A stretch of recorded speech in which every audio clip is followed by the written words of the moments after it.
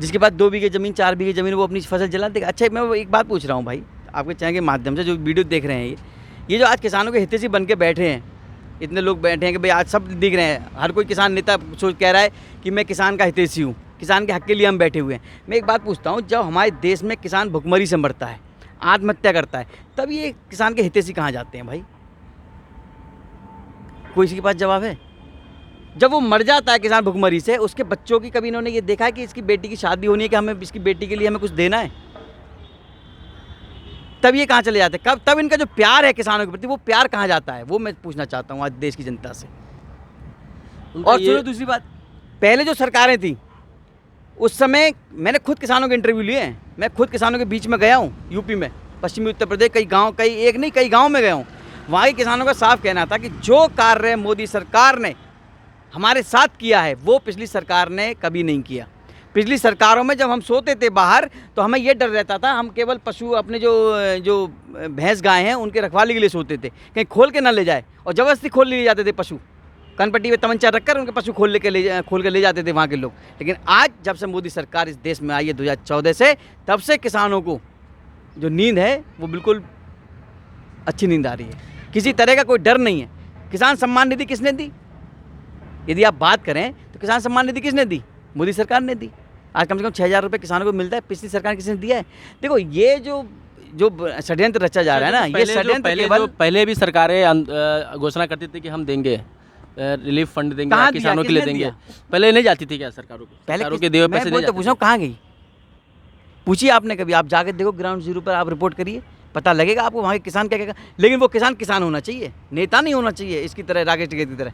राकेश टिकैत को किसान नहीं कह सकते आप। अब डायरेक्ट प्रत्यक्ष रूप से खाते में जाता है, पहले तो खाते भी शायद नहीं खुले थे भैया। पिछली जाता कहाँ था यार, खा जाते थे। अरे जो पिछली सरकारें थी जिन्हें 70 साल काम किया था, जिन्हें घर में एक युवराज है, एक ऐसा युवराज जिसने पूरा मतलब चौपट कर दिया राज को, ठीक है, वो उसके घर में आप उसकी जब सरकारें थी, उनके घर की सरकारें थी, पूछिए उनसे उन्होंने क्या किया किसानों के लिए। जो पिछली सरकारों में जो उनके प्रधानमंत्री पहले थे राजीव गांधी, उनका कहना था कि हम 1 रुपये भेजते तो 15 पैसे पहुंचते हैं। देखो वो तो उनके प्रधानमंत्री खुद कहते थे। इसके पीछे क्या थ्योरी? आज क्या है? आज देखो सीधा पैसा उनके अकाउंट में जा रहा है।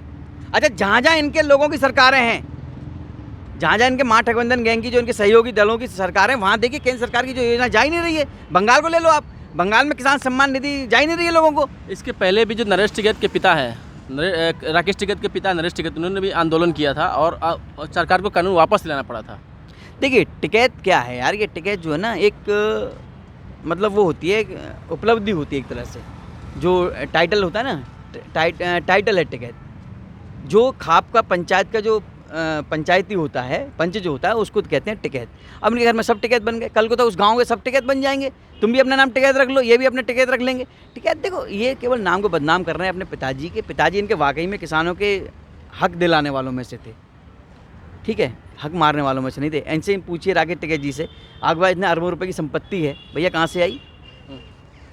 भाई तुम्हारा तो व्यापार चल रहा है, लेकिन उन किसानों को क्या होगा जिनके खेतों में सरसों खड़ी है, जिनके खेतों में गेहूं खड़े हैं, तुम इन्हें बरगला रहे हो। ये किसान नेता। दूसरी बात मैं बता रहा हूँ, अब जो है धीरे धीरे सब जा रहे हैं यहाँ से किसान। मैंने कई इंटरव्यू में देखा है कि यहाँ से मीडिया वाले पूछते हैं भाई यहाँ से तो किसान जा रहे हैं, तो टिकैत जी कहते हैं नहीं जी जा कर रहे हैं, ये तो 2 दिन हम तो आते हैं यहाँ पे हर तीसरे दिन, 2 दिन हम बाहर रहते हैं, 1 दिन हम दिल्ली में रहते हैं। अब जो है धीरे धीरे ये मतलब सरकना शुरू हुआ है, किसान सब जान चुका है, किसान क्या पूरे देश की जनता जान चुकी है यार कि हमने किसने लूटे खाया। किसान नेता कह रहे हैं कि हम बंगाल में जाएंगे, बंगाल में भी हम स्टेज बनाएंगे, वहाँ पे किसानों को संबोधित करेंगे, कहेंगे कि भाजपा को वोट न देते। ये किसान है या राजनेता है? देखो एक बात बताओ, अगर ये किसान होते तो ये विरोध किसका कर रहे हैं?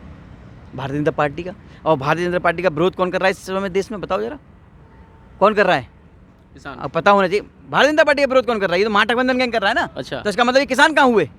ये तो उस महागठबंधन गैंग के लोग हुए जो बीजेपी को सीधे तौर पर मतलब निशाना साध रहे हैं बीजेपी के ऊपर। ये विरोध केवल भारतीय जनता पार्टी मोदी जी का विरोध कर रहे हैं, क्योंकि भारत में एक ऐसी स्थिर सरकार चल रही है जो चहुमुखी विकास को लेकर चल रही है, और पूरे भारत में जो विकास हो रहा है वो इन पर देखा नहीं जा रहा। अच्छा एक बात मुझे समझ में नहीं आ रही है कि जैसा कि 26 जनवरी को जो घटना हुई, जो अप्रिय घटना हुई, जो नहीं होनी चाहिए थी, उसके बाद भी, घटना होने के बाद भी इतने लोग गिरफ्तार हुए, इतने लोग पकड़े गए, इतने लोग के ऊपर धाराएं, विभिन्न धाराएं लगी, उसके बावजूद भी टिकैत के जो प्रवक्ता या टिकैत कह रहे हैं कि हम संसद की तरफ मार्च करेंगे, जो कि संसद स्वयं में एक लोकतंत्र का मंदिर है। तो फिर वो वहाँ पे मार्च करने की बात करते हैं, तो सरकार इस पर कार्रवाई क्यों नहीं कर रही है? अरे अब ये कुछ नहीं करेंगे भैया, ये केवल लोगों को भड़का रहे हैं क्योंकि लोग इनसे जा रहे हैं। अच्छा एक बात बताओ कार्तिक भाई, इस देश में मेरे ख्याल से 650 किसान संगठन हैं, 650 करीब लगभग हैं, ऊपर हो सकते हैं, नीचे नहीं होंगे। अब उसमें से यहाँ कितने संगठन बैठे हैं आपने देखा है? बहुत कम बैठे। कितने बैठे हैं? 40-50। इसका मतलब अगर 50 संगठन भी निकाल दो 650 में से, तो कितने संगठन बचे? 600। तो 600 संगठन जब समर्थन में है किसान बिल के, कृषि बिल के, तो भैया ये 50 जो संगठन है ये विरोध क्यों कर रहे हैं? तो आपका कहना है कि राजनीतिज्ञ हैं, राजनीति बताओ कर ना, रहे हैं। हाँ। 50 ही क्यों विरोध कर रहे हैं? वो 600 जो संगठन है जो खुशी खुशी कह रहे हैं कि कृषि बिल बहुत अच्छा है, बीएन सिंह जो बैठे हुए थे पहले यहाँ पे आंदोलन में, वो खुद ही अब समर्थन कर रहे हैं किसान आंदोलन का। ये केवल चोरों का एक गढ़ है। एक कहावत थी, तुमने सुना होगा शायद, अगर तुम्हारे बचपन में सुनी हुई कहानी। एक नकटों का गांव था, वहाँ नकटे रहते थे जिनकी नाक नहीं थी। वहाँ एक नाक वाला बंदा आ गया। नाक वाला जब बंदा आ गया तो उन्होंने देखा भैया कि यार इसकी तो नाक है, हमारी तो नाक ही नहीं है, इसका मतलब ये जो अपने नंबर बना लेगा। ठीक है, वही हाल इस समय इस देश में हो रहा है। ये जो सब नकटे हैं महागठबंधन गैंग के, वही नकटे हैं, और ये नाक वाले हमारे मोदी जी हैं, उन्हें देख के जो है ना ये मतलब बौखलाए हुए हैं पूरी तरह से। पुष्पेंद्र सिंह है उनके प्रवक्ता, जैसे मैंने स्टार्टिंग में आपसे बोला था कि पुष्पेंद्र सिंह उनके प्रवक्ता है, बीकेयू के जो भी है संगठन है।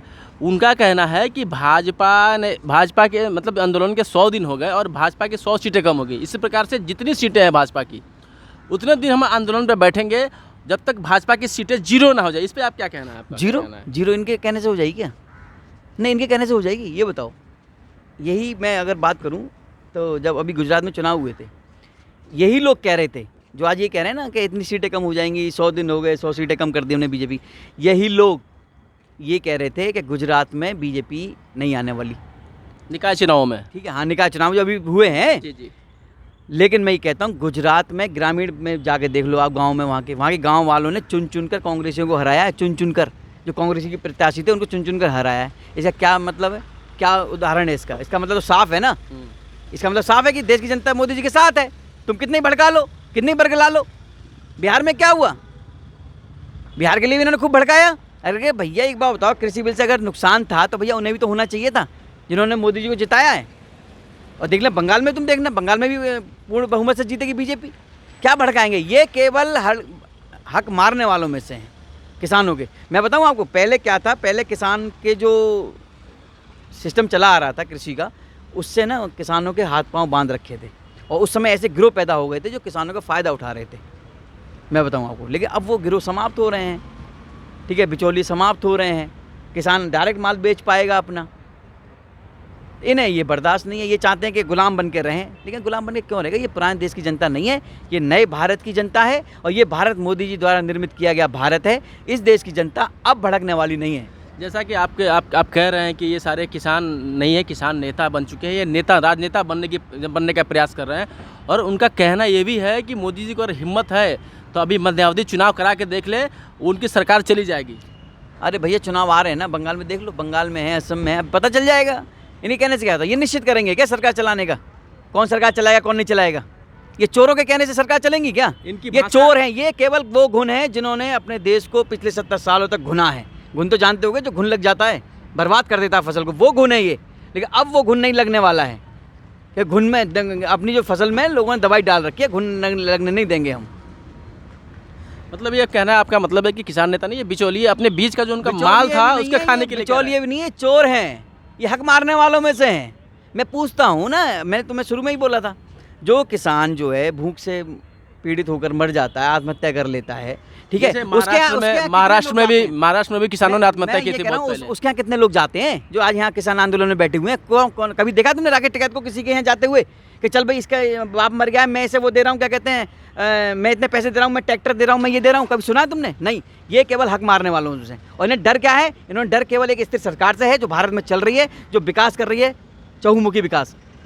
भारत सरकार किसी से भेदभाव नहीं करती, हिंदू मुस्लिम सिख ईसाई, भारत के ये 4 सिपाही, चारों का विकास पूर्ण रूप से चल रहा है भारत में। ये इन्हें बर्दाश्त नहीं हो रहा। क्यों? क्योंकि इनकी जो राजनीतिक जमीन है वो बिल्कुल खिसकती जा रही है। तो आपके कहने के अनुसार देखा जाए तो कृषि बिल जनता के हित में है। अरे कृषि बिल क्या बुरा है बताओ आप? एक बुराई बता दो मुझे, ये बुराई है इसकी। मैं तो चुनौती दे रहा हूँ राकेश टिकैत को, मेरे साथ आके बहस कर ले। लेकिन जब भी वो बात करते थे कभी इसमें कमी की बात नहीं करते, सीधा करते हैं खत्म कर दो। अरे वही तो बात है ना, कमी है ही नहीं। तो खत्म, ये कहना खत्म होगा नहीं तो आंदोलन चलाते रहो, किसान आंदोलन से क्या होगा? 303 दिन चलाने की बात कुछ करते नहीं हैं। होगा इनसे, किसी बस की नहीं है इनकी कुछ भी, तो ठीक है? आंदोलन का पैसा कहाँ से आ रहा है? इतना लंबा कैसे पैसा तो बचेंगे? देखो, पैसा सबको पता है कहाँ से आ वो रहा है। कह रहे हैं एसी लगाएंगे, पैसा- पंखा देखो लगाएंगे, भैया, कूलर लगाएंगे। पैसा सबको पता है कहाँ से आ रहा है। जब ट्वीट आ जाते हैं विदेशों से तो पैसा कहाँ से आ रहा है ये सबको पता है, ये मुझे बताने की आवश्यकता नहीं है। और कौन इसके पीछे है ये भी सबको पता चल गया है अब तो। पहले ये कहते थे कि लाल किले पे जो कांड किया है वो बीजेपी के लोग थे, अब उन्हीं लोगों की रिहाई की मांग रहे हैं। अरे भैया बीजेपी के लोग तो सड़ने दो जेल में, क्यों रिहाई की मांग रहे हो तुम उनकी? ये सब ढोंगी है, षड्यंत्र रच रहे हैं भारत को जलाने का, लेकिन जलने नहीं देंगे आप, ध्यान रखना। धन्यवाद।